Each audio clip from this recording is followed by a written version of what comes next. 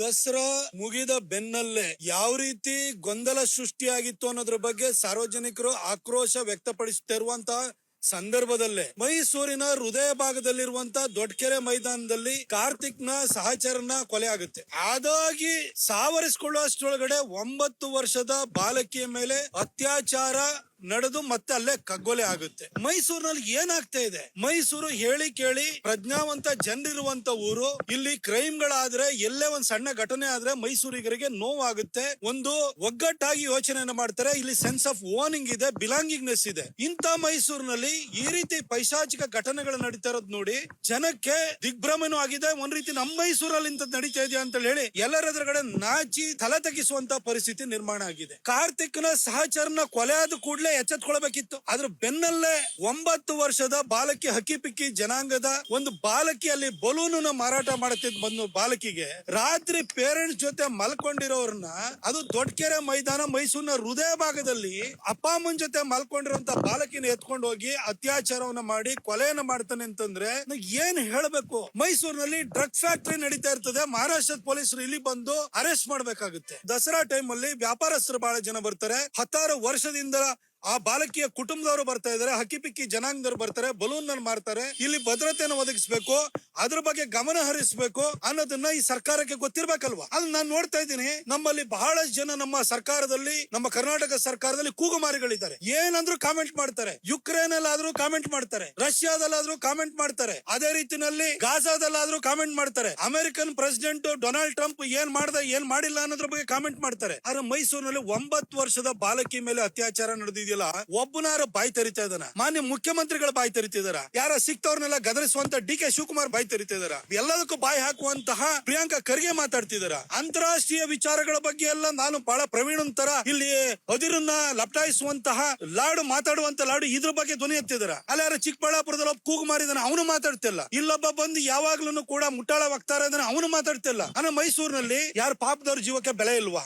ಏನ್ ನಡೀತಾ ಇದೆ ಮೈಸೂರಲ್ಲಿ? ಮನೆ ಸಿದ್ದರಾಮಯ್ಯನವರೇ ದಸರಾ ಮಾಡಿದ್ರಿ, ಇಲ್ಲಿ ಹೋದ್ರಿ, ಇಲ್ಲಿ ಬಂದು ಎಲ್ಲ ವೀರಾದಿ ವೀರ ಅಂತೇಳಿ ತಮ್ಮ ತಾವೇ ಕೊಚ್ಕೊಂಡು ಹೋದ್ರಿ. ನೀವು ನಾನೇ ಮುಂದಿನ ಮುಖ್ಯಮಂತ್ರಿ ಆಗಿ ನಾನೇ ಮುಂದುವರಿತೀನಿ ಅಂತ ಹೇಳ್ಕೊಂಡು ಹೋದ್ರಿ. ನೀವು ಮುಖ್ಯಮಂತ್ರಿ ಯಾವ ಪುರುಷಾರ್ಥಕ್ಕೋಸ್ಕರ ಸರ್? ಇಲ್ಲಿ ಮೈಸೂರಿನಲ್ಲಿ ಸಾಮಾನ್ಯ ಒಂದು 9 ವರ್ಷದ ಬಾಲಕಿಗೆ ಇವತ್ತು ರಕ್ಷಣೆ ಇಲ್ಲ ಅಂತಂದ್ರೆ, ಅಪ್ಪ ಅಮ್ಮನ ಜೊತೆ ಮಲಗಿದ್ದ ಬಾಲಕಿನ ಎತ್ಕೊಂಡು ಹೋಗಿ ರೇಪ್ ಮಾಡ್ತಾರೆ, ಮರ್ಡರ್ ಮಾಡ್ತಾರೆ ಅಂತಂದ್ರೆ ಮೈಸೂರಲ್ಲಿ ಏನ್ ನಡೀತಿದೆ ಸರ್? ನಿಮ್ ಮೂಗಿನ ಕೆಳಗಡೆ ಇರುವಂತ ಮೈಸೂರಿಗೆ ಭದ್ರತೆ ಇಲ್ವಲ್ಲ ಸರ್? ಇವತ್ತು ನಮ್ಮ ಪೊಲೀಸ್ ಇಲಾಖೆ ನಾನು ದೂರಕ್ಕೆ ಹೋಗಲ್ಲ. ಯಾಕೆಂತಂದ್ರೆ ಈ ಘಟನೆ ನಡೆದ ಕೂಡ್ಲೆ ತಕ್ಷಣಕ್ಕೆ ಆ ಅಪರಾಧಿನ ಬಂಧಿಸಿ ತಂದಿದ್ದಾರೆ. ಅವನ ಕಾಲಿಗೆ ಗುಂಡು ಹೊಡೆದು ಅವನ್ನ ಎಳ್ಕೊಂಡ್ ಬಂದಿದ್ದಾರೆ. ಈ ಹಿಂದೆ ಇಲ್ಲಿ ಗ್ಯಾಂಗ್ ರೇಪ್ ಆದಾಗ್ಲೂ ಕೂಡ ಮೈಸೂರು ಪೊಲೀಸ್ ಎಫಿಷಿಯಂಟ್ ಪೊಲೀಸ್ ಅದನ್ನು ಕೂಡ ಒಂದು ಬಿಡಿ ಒಂದು ಅದ್ರ ಸಿಪ್ಪೆ ಇರ್ಬೋದು ಅಥವಾ ಒಂದು ಬಸ್ ಟಿಕೆಟ್ ಇರ್ಬೋದು, ಅದ್ರ ಜಾಡನ್ನು ಹಿಡಿದು ಬಿಟ್ಟು ಅರೆಸ್ಟ್ ಮಾಡಿ ತಗೊಂಡ್ಬಂದಿದ್ದಾರೆ. ಕೇಸ್ಗಳನ್ನ ಕ್ರಾಕ್ ಮಾಡ್ತಾರೆ ಇಲ್ಲಿ ಪೊಲೀಸರು. ಈ ತರ ಘಟನೆಗಳು ನಡೆದಾದ ನಂತರ ಆರೋಪಿಗಳನ್ನ, ಅಪರಾಧಿಗಳನ್ನ ಪತ್ತೆ ಹಚ್ಚುವಂತಹ ಕಾರ್ಯಕ್ಷಮತೆ ಇರುವಂತ ನಮ್ಮ ಪೊಲೀಸರಿಗೆ ಕಾನೂನು ಸುವ್ಯವಸ್ಥೆಯನ್ನ ಕಾಪಾಡುವಂತಹ ಕಾರ್ಯದಕ್ಷತೆನೂ ಕೂಡ ಇದೆ. ಆದ್ರೆ ಇವತ್ತು ನಮ್ಮ ಪೊಲೀಸರ ಸ್ಥಿತಿ ಹಾಗಾಗಿದೆ ನಮ್ಮ ಮೈಸೂರಿನಲ್ಲಿ ಅಂತಂದ್ರೆ,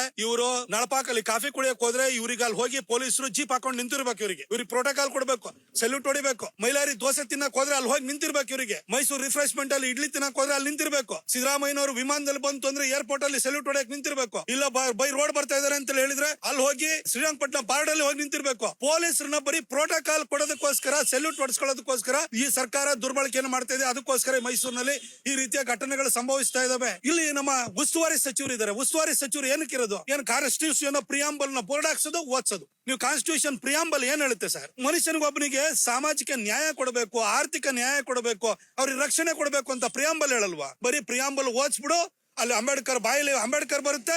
ಇಲ್ಲಿ ಒಂದು ಹಕ್ಕಿ ಪಿಕ್ಕಿ ಜನಾಂಗದ ಅಂಬೇಡ್ಕರ್ ಅವರು ಯಾವ ದೀನ ದಲಿತರ ಬಗ್ಗೆ, ತುಳಿತಕ್ಕೊಳಗಾಗೋದ್ರ ಬಗ್ಗೆ ಅವರಿಗೆ ರಕ್ಷಣೆ ಮಾತಾಡಿದ್ರಲ್ಲ, ಅವರಿಗೆ ರಕ್ಷಣೆ ಕೊಡೋದಕ್ಕೋಸ್ಕರ ಅದ್ಭುತವಾದಂತಹ ಕಾನ್ಸ್ಟಿಟ್ಯೂಷನ್ ಬರೆದ್ರಲ್ಲ, ಅದ್ರ ಪ್ರಿಯಾಂಬಲ್ ಓದ್ಕೊಂಡ್ಬಿಟ್ಟು ನೀವು ಮಾತಾಡೋದ್ ಬಿಟ್ರೆ ರಕ್ಷಣೆ ಕೊಡ್ತಾ ಇದ್ದೀರಾ ಸರ್? ಆ ಹಕ್ಕಿ ಪಿಕ್ಕಿ ಜನಾಂಗಕ್ಕೆ ಸೇರಿದಂತಹ ಒಂದು ಸಣ್ಣ ಬಾಲಕಿ ಆಕೆ ಏನಾದ್ರು ಪ್ರಬಲ ಜನಾಂಗಕ್ಕೆ ಸೇರಿದ್ರೆ ಅಥವಾ ಇನ್ಯಾರ್ಗ ಸೇರಿದ್ರೆ ನೀವು ಸುಮ್ನೆ ಇರ್ತಿದ್ರ? ಬಾಯ್ ಬಡ್ಕೋತಿದ್ರೆ ಇಷ್ಟೊತ್ತಿಗೆ? ಯಾರು ಕೇಳೋರಿಲ್ಲ. ಆ ಕಡೆ ನಾರ್ತ್ ಕರ್ನಾಟಕದಿಂದ, ಉತ್ತರ ಕರ್ನಾಟಕದಿಂದ ಬಂದಿರೋಂಥದ್ದು ಆ ಬಾಲಕಿ ಇಲ್ಲೇನೋ ಮಾರಾಟಕ್ಕೆ ಬಂದಿದ್ರು, ಅವಳು ಕೇಳೋರು ಯಾರು ಇಲ್ಲ, ಅವ್ರ ಜೊತೆ ಯಾರು ಪ್ರಬಲವಾದಂತ ಸಮುದಾಯ ಇಲ್ಲ ಅಂತ ಬಾಯಿ ಮುಚ್ಕೊಂಡಿದ್ದೀರಾ. ಅದಕ್ಕೋಸ್ಕರ ಸಮರ್ಥಿಸ್ತಾ ಇಲ್ವಾ? ಒಂದು ಮಾತಾಡಿದ್ರು ಆಡಿದೀರಾ. ಅದ್ಯಾವ್ದೋ ಬಿಗ್ ಬಾಸ್ ಅಂತೆ, ಅದನ್ನ ನಡೆಸ್ತಾ ಇರೋದಕ್ಕೆ ಅಲ್ಲಿ ಹೋಗಿ ನೀವು ಬಿಗ ಹಾಕ್ಸ್ತೀರಿ. ಅದಾದ್ಮೇಲೆ ಬಂದ್ಬಿಟ್ಟು ಬಿಗ ಹಾಕ್ಸಿದವ್ರೆ ನಾನೇ ಬಹಳ ಇದು ಏನೋ ಸೇವೆ ಏನೋ ಅನ್ನೋ ತರದಲ್ಲಿ ಬಂದು ಪೋಸ್ಟ್ ಕೊಡ್ತೀರಿ. ಇದು ಬಿಟ್ರೆ ಏನ್ ಮಾಡ್ತಾ ಇದ್ರಿ ಸಿದ್ದರಾಮಯ್ಯನವ್ರು? ನೀವಾದ್ರೂ ಏನ್ ಮಾಡ್ತಾ ಇದ್ರಿ?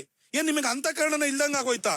ಸಮಾಜವಾದಿ ಹಿನ್ನೆಲೆಯಿಂದ ಬಂದು ಕಾಂಗ್ರೆಸ್ಗೆ ಹೋದಾದ ಕೂಡಲೇ ನಿಮ್ ಒಳಗಡೆ ಇರುವಂತ ಸಂವೇದನೆ ಕಳ್ಕೊಂಡಿದ್ದೀರಾ ಸರ್. ಏನಾಗಿದೆ ಮೈಸೂರಲ್ಲಿ ಪೊಲೀಸ್ ಇಲಾಖೆಗೆ ಫ್ರೀ ಹ್ಯಾಂಡ್ ಕೊಡಿ, ಅವ್ರು ಮಾಡ್ತಾರೆ, ಒಳ್ಳೆ ಕೆಲಸ ಮಾಡ್ತಾರೆ, ಕಾನೂನು ರಕ್ಷಣೆ ಮಾಡೋಕೆ ಅವ್ರ ಕೈಲಿ ಆಗುತ್ತೆ. ಆದ್ರೆ ನಿಮ್ಮನ್ನು ಬರೀ ನಿಮಗೆ ಪ್ರೋಟೋಕಾಲ್ ಕೊಡೋದಕ್ಕೆ ನಿಮ್ ಮಕ್ಕಳು ಮರಿನೆಲ್ಲ ಕರ್ಕೊಂಡೋಗಿ ದಸರಾ ನೋಡ್ತಾ ಇದ್ರೆ ಪೊಲೀಸರು ಕಾಯ್ಕೊಂಡು ನಿಂತಿರ್ಬೇಕು, ಆ ಕೆಲಸಕ್ಕೆ ಇವತ್ತು ಬಳಸ್ತಾ ಇದಾರೆ. ಇದೊಂದು ಕರ್ನಾಟಕದಲ್ಲಿ ಇದೊಂದು ಜನ ವಿರೋಧಿ ಸರ್ಕಾರ ಇದೆ. ಇವತ್ತು ಆಡಳಿತ ವ್ಯವಸ್ಥೆನ ಒಂದು ಲೂಟಿ ಮಾಡೋದಕ್ಕೆ ಮತ್ತು ತಮಗೆ ಸಲ್ಯೂಟ್ ಹೊಡ್ಸ್ಕೊಳ್ಳೋದಕ್ಕೆ ಇಟ್ಕೊಂಡಿದ್ದಾರೆ. ಅದ್ರ ಜೊತೆಗೆ ನಮ್ಮ ಪೊಲೀಸ್ ಇಲಾಖೆನಲ್ಲಿ ಈ MLA ಗಳ ಕಾಟ, ಒಂದೊಂದು ಸ್ಟೇಷನ್ ಅಲ್ಲಿ 50 ಲಕ್ಷ 60 ಲಕ್ಷ 1 ಕೋಟಿ ವಸೂಲಿ ಮಾಡ್ತೀರಿ ನೀವು. MLA ಅದು ಮಿನಿಟ್ ತರಬೇಕಾದ್ರೆ ಅವನಿಗೆ ಟ್ಯಾಕ್ಸ್ ಕಟ್ಟಬೇಕು. ಇಲ್ಲೊಬ್ರು ಟ್ರಾನ್ಸ್ಫರ್ ಮಿನಿಸ್ಟರ್ ಇದಾರೆ, ಚೀಫ್ ಮಿನಿಸ್ಟರ್ ಮಗ ಯತೀಂದ್ರ ಟ್ರಾನ್ಸ್ಫರ್, ಇವ್ರು ವರ್ಗಾವಣೆ ಖಾತೆ ಸಚಿವರು. ಇವರು ಯಾವ ವರ್ಗಾವಣೆ ಆಗ್ಬೇಕು ಅಂದ್ರೆ ಯತೀಂದ್ರ ಹತ್ರ ಹೋಗ್ಬೇಕು. ಹಾಗಾಗಿ ಅಲ್ಲಿಗೆ ಹೋಗ್ಬೇಕು, ಅಲ್ಲಿ ಟ್ಯಾಕ್ಸ್ ಕಟ್ಟಬೇಕು. ನಿಮ್ ಬರೀ ಕಲೆಕ್ಷನ್ ಅಷ್ಟೇನಾ? ಯಾರು ಜಾಸ್ತಿ DK ಜಾಸ್ತಿ ಕಲೆಕ್ಷನ್ ಮಾಡಿ ರಾಹುಲ್ ಗಾಂಧಿ ಕಳಿಸ್ತಾರೋ, ಸಿದ್ದರಾಮಯ್ಯನವ್ರು ಜಾಸ್ತಿ ಕಲೆಕ್ಷನ್ ಮಾಡಿ ರಾಹುಲ್ ಗಾಂಧಿ ಕಳಿಸ್ತಾರೋ, ಈ ತರ ನಿಮ್ದು ಹೋರಾಟ ಇಲ್ಲಿಗೆ ನಡೀತಾ ಇದೆ. ಜನಕ್ಕೆ ಯಾವುದೇ ರಕ್ಷಣೆ ಇಲ್ಲ. ಮೈಸೂರು ಜನ ಇದನ್ನ ನೋಡ್ತಾ ಇದಾರೆ, ಏನು ಮಾಡಕ್ಕಾಗಲ್ಲ, ಅಸಹಾಯಕರಾಗಿದ್ದಾರೆ. 5 ವರ್ಷ ನಿಮಗೆ ಕೊಟ್ಬಿಟ್ಟಿದ್ದಾರೆ. ಹಾಗಾಗಿ ಸೈಲೆಂಟ್ ಆಗಿ ಇದನ್ನ ಸಹಿಸ್ಕೊಳ್ಬೇಕಾದಂತ ಪರಿಸ್ಥಿತಿ ಬಂದಿದೆ. ಆದ್ರೆ ನಾನು ಸಿದ್ದರಾಮಯ್ಯನವರಿಂದ ಇಂಥದನ್ನ ನಿರೀಕ್ಷೆ ಮಾಡಿರ್ಲಿಲ್ಲ.